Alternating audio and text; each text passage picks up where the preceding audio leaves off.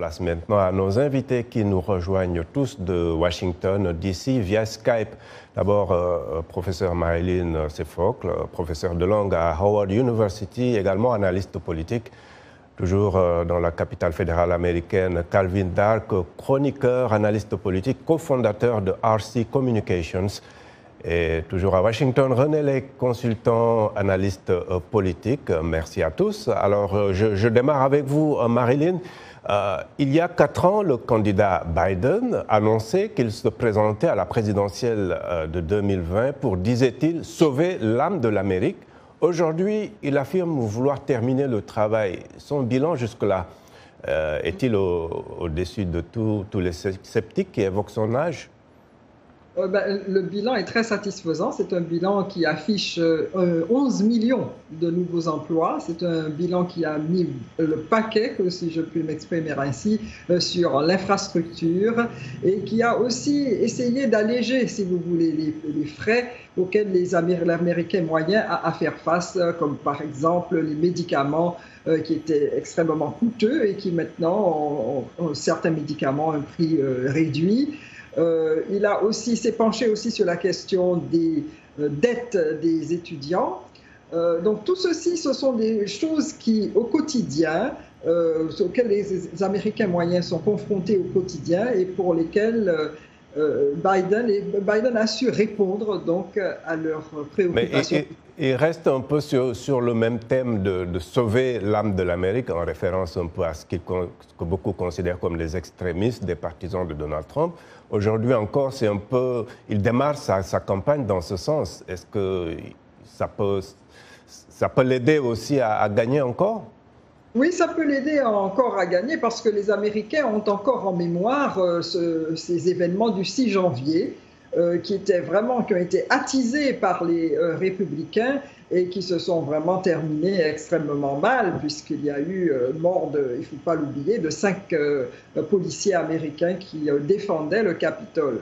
Donc là, ce sont des images vraiment extrêmement dures, ce sont des images qui coûtent au Parti républicain. Alors, Calvin Dark, beaucoup des partisans de Joe Biden, en tout cas, jugent son bilan positif, mais le dernier sondage NBC révèle quand même que 70% d'Américains, dont 51% de démocrates, ne souhaitent pas qu'il se représente. Qu'est-ce qui le pousse à franchir le pas et sur quoi est-ce qu'il compte s'appuyer? Oui, je crois que le problème, c'est que parfois, avec ces sondages, si vous posez la question dans une vide, est-ce que Biden doit se présenter, briguer un autre mandat? Naturellement, les démocrates, les gens de tout parti veulent quelqu'un de jeune avec des nouvelles idées.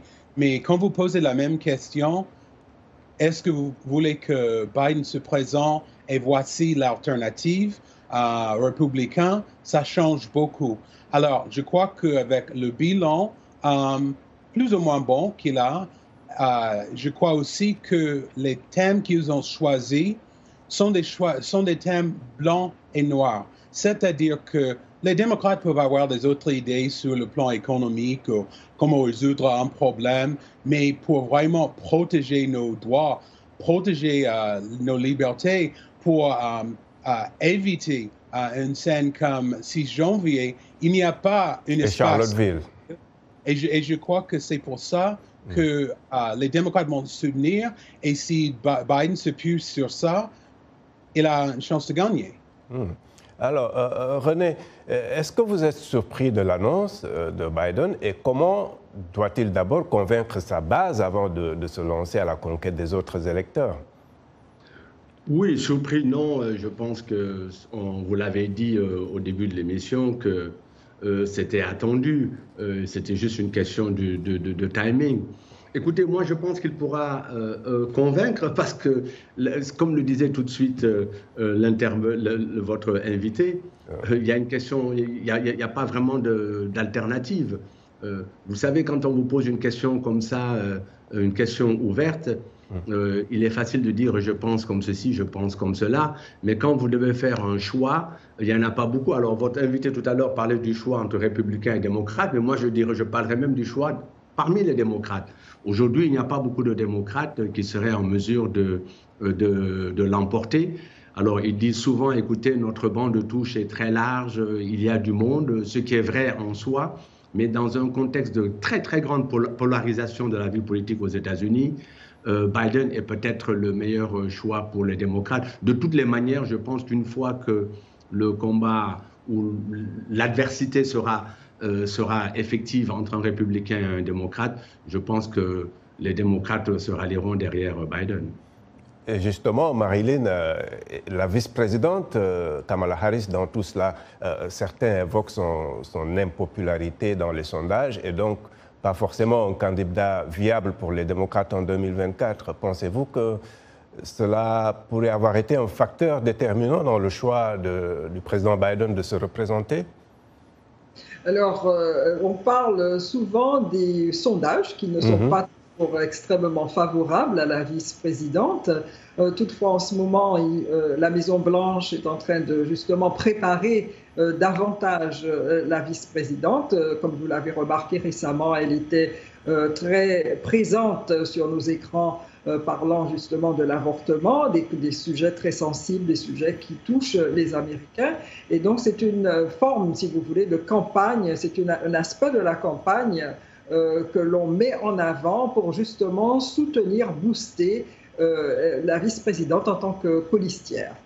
Alors Calvin, on a vu la vice-présidente même dans la vidéo de l'annonce de la candidature du président Biden, mais vous pensez que cela a été un facteur, le fait que peut-être certains pensent qu'elle n'est pas très, très populaire? Non, je crois que l'essentiel de la décision de Biden, c'était que après les victoires pour les élections de mi-mandat en novembre 2022, il, je crois, a pris la décision qu'il peut briguer un autre mandat. Mais il y a aussi la vérité qu'il y a un problème, visibilité pour la vice-présidente.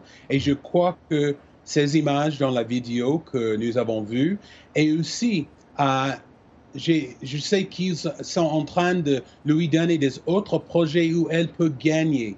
Par exemple, pour les premières 2 années, ses dossiers, c'était l'immigration.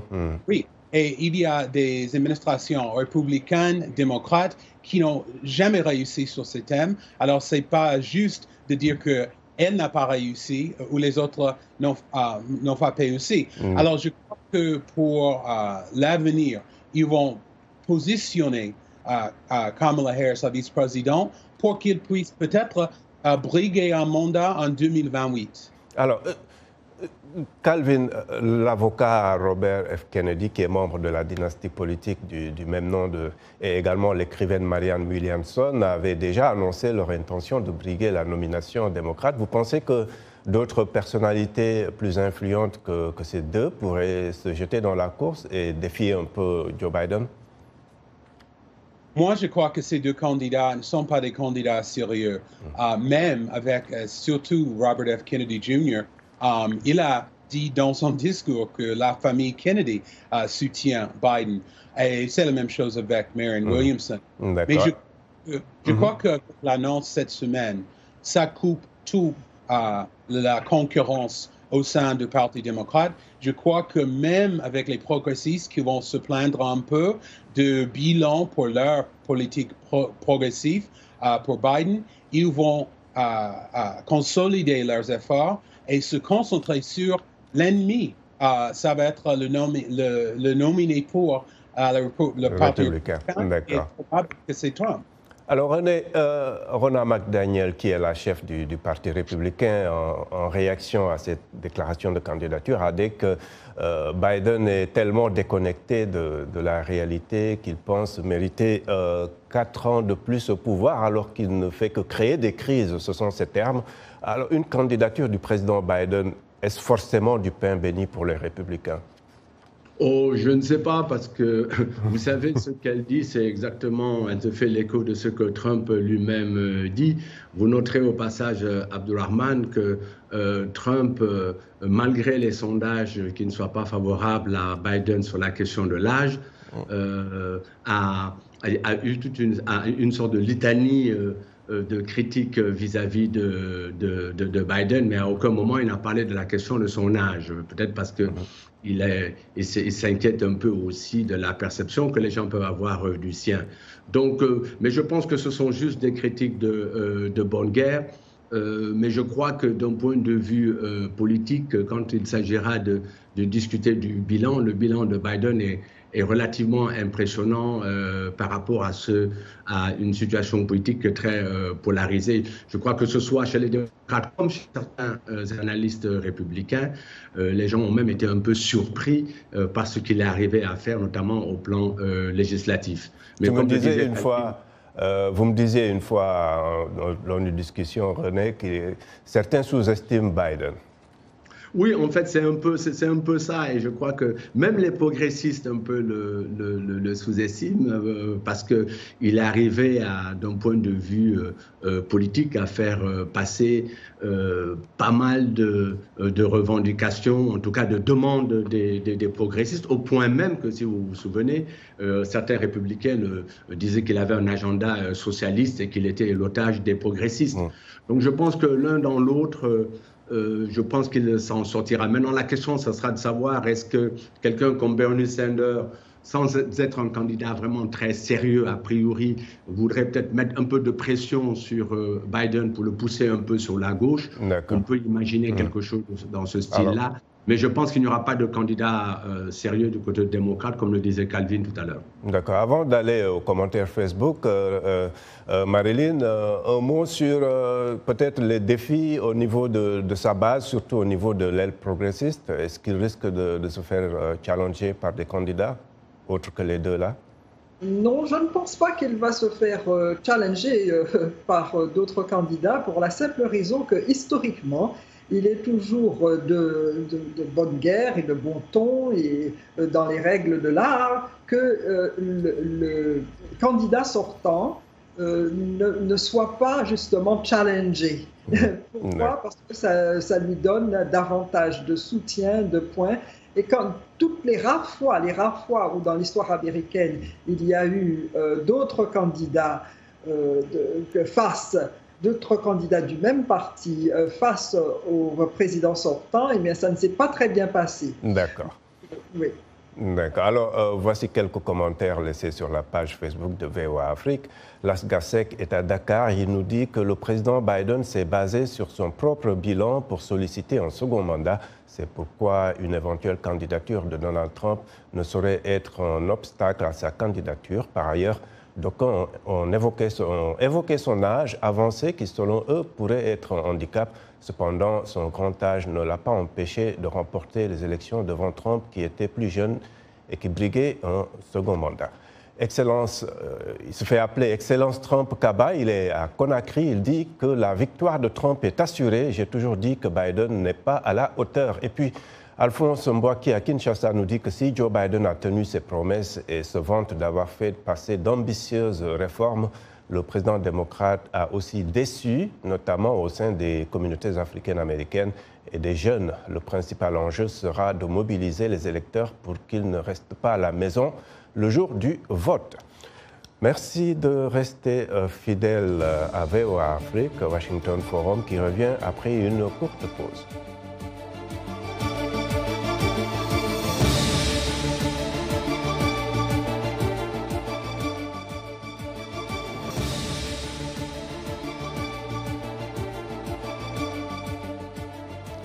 Heureux de vous retrouver pour la seconde partie de Washington Forum et je rappelle nos invités. Marilyn Sifocle, professeure de langue à Howard University, également analyste politique. Toujours à Washington, Calvin Dark, chroniqueur politique, analyste politique et cofondateur de RC Communication. Et toujours dans la capitale fédérale américaine, René Lake, consultant et analyste politique. Marilyn, au stade où nous sommes, si rien ne change, même si on est loin de novembre 2024, le fait que les sondages puissent même évoquer un remake de Biden-Trump, qu'est-ce que cela vous inspire comme analyse? Oui, je pense qu'il devrait y avoir un remake, comme vous dites, de Biden-Trump. Et je pense que les résultats seront sans doute les mêmes, pour la bonne raison que le bilan politique de Joe Biden, c'est un bilan qui est tout de même excellent, parce que c'est la première fois dans l'histoire des États-Unis que le chômage a été autant endigué. Donc ça, c'est un résultat qui est quand même extraordinaire. L'autre résultat extraordinaire, c'est aussi les projets d'infrastructures qui sont en train d'être mis en place. Les États-Unis ont une infrastructure qui, bon, il y a des années de cela, était le top, et maintenant, ce n'est pas le cas. Et donc, ces infrastructures méritent d'être renouvelées, et ça fait partie du programme de... Oui, mais est-ce que la question de l'âge est une question légitime pour vous? Alors maintenant, on dit souvent que quand on a que 40 ans, c'est le nouveau 20 ans, et donc par association, 80 ans, ce serait le nouveau 60 ans. Donc je pense que les questions d'agisme, évidemment, vont faire surface, mais on doit dire que quand même, ce qui est important, ce n'est pas tellement l'âge, mais c'est la possibilité de l'individu de fonctionner, d'avoir toutes ses capacités intellectuelles, motrices. Et ça, il a montré, le président Biden a montré que c'était le cas. D'accord. J'ai envie de vous demander, Calvin, en faisant tout le temps référence à l'âge de Biden et de Trump un peu, est-ce qu'on ne fait pas vraiment dans l'agisme, ou s'agit-il d'une question légitime vu la lourdeur de la charge présidentielle? Oui, pour moi, c'est vraiment une question légitime, et je crois que pour vraiment faire face à cet obstacle, Joe Biden doit parler directement, adresser la question directement, parce qu'il a admis autant. Il a dit que l'âge, c'est vraiment une question, mais l'explication après, il a dit « je me sens bien ».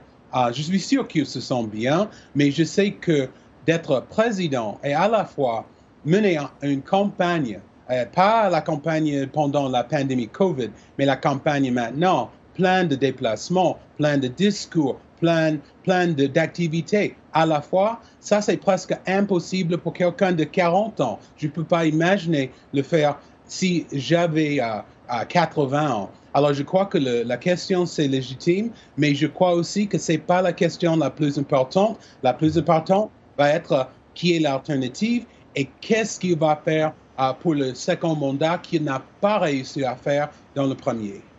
René, quel est un peu votre point de vue sur la question? Parce qu'au-delà même de la station présidentielle, le constat est un peu pareil, même au Congrès, ce qui pose un peu la question du renouvellement du leadership politique. Est-ce que c'est un débat légitime aujourd'hui?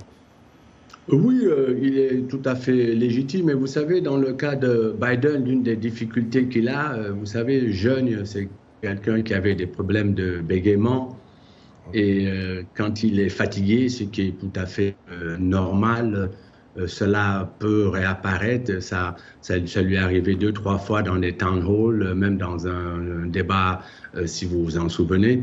Et donc, c'est vrai qu'avec l'âge, et on le voit récemment, je vois dans certains de ses discours, parfois il a des difficultés à s'exprimer, justement liées à ce problème-là de bégaiement qu'il a. Donc, c'est sûr. Pas forcément l'âge, alors, c'est juste. Oui, en faisant que l'âge est un facteur accélérant. Plus on vieillit, moins on a la capacité à contrôler ce bégaiement-là, ce qui fait que, ça quand même, c'est relativement perceptible. Mais je ne pense pas que ce soit essentiel. Encore une fois, je crois que les questions politiques, c'est cela qui va être le plus important. Oui, surtout que René, quand même, à 40 ans, on peut ne pas être en bonne santé ou en tout cas ne pas avoir l'énergie pour faire ce boulot. Oui, en plus de ça, bon, vous savez, ce qui va être important, c'est plutôt son entourage. Si vous arrivez à vous entourer de jeunes dynamiques, etc., et que vous arrivez à porter l'espoir. Parce que vous savez, Abdourahmane, souvent les gens se disent « oui, écoutez, il a un bon bilan, c'est le bilan qui va le faire réélire ». Je n'ai encore jamais rencontré, vu d'élection où quelqu'un est élu à partir d'un bilan. Parce que le bilan, ce qui est déjà acquis, ce n'est pas tellement la préoccupation de l'électeur. L'électeur, ce qui l'intéresse, c'est le futur. C'est qu'est-ce qui va se passer pour lui dans son présent, dans son futur, qu'est-ce qui va changer. Donc, c'est la capacité à donner de l'espoir aux gens. Donc, s'il arrive à avoir un discours d'espoir pour les Américains, je pense qu'il s'en sortira bien. Oui, on n'a plus malheureusement beaucoup de temps, mais Marilyn, j'aimerais vous demander, peut-être à vous tous, pourquoi est-ce qu'il semble un peu plus difficile pour les hommes et les femmes politiques plus jeunes de s'imposer en politique, surtout au niveau national, hein? Vous savez, l'expérience compte énormément. Quand on a, comme Joe Biden, par exemple, autant d'années en tant que sénateur, on a acquis toute une expérience, des années de pratique de la politique. Et en matière de politique, surtout en politique américaine, un pays aussi grand que les États-Unis, aussi important, je pense que l'expérience compte pour beaucoup. Et ça se voit dans la facilité, la capacité à rassembler un certain nombre de personnes. Il y a derrière tout cela tout un historique, toute une histoire. D'accord. Oui, Calvin, pour vous, l'âge, c'est un peu un facteur rassurant aussi. Ça explique un peu pourquoi on a plus de personnes d'un certain âge au niveau national?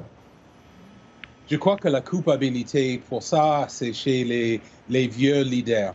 Je sais ça parce que les choses qu'ils font pour améliorer nos vies, ils oublient une chose. Ça, c'est de préparer le chemin et pas tenir le pouvoir jusqu'au dernier moment.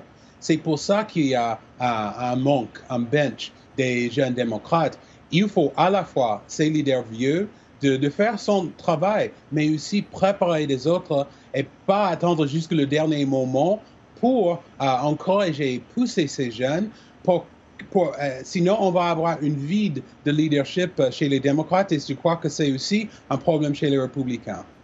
Et René, peut-être pour terminer, que vous inspire ce débat au moment où, en Afrique par exemple, il y a des pays qui essaient d'imposer une limite d'âge pour occuper la fonction présidentielle?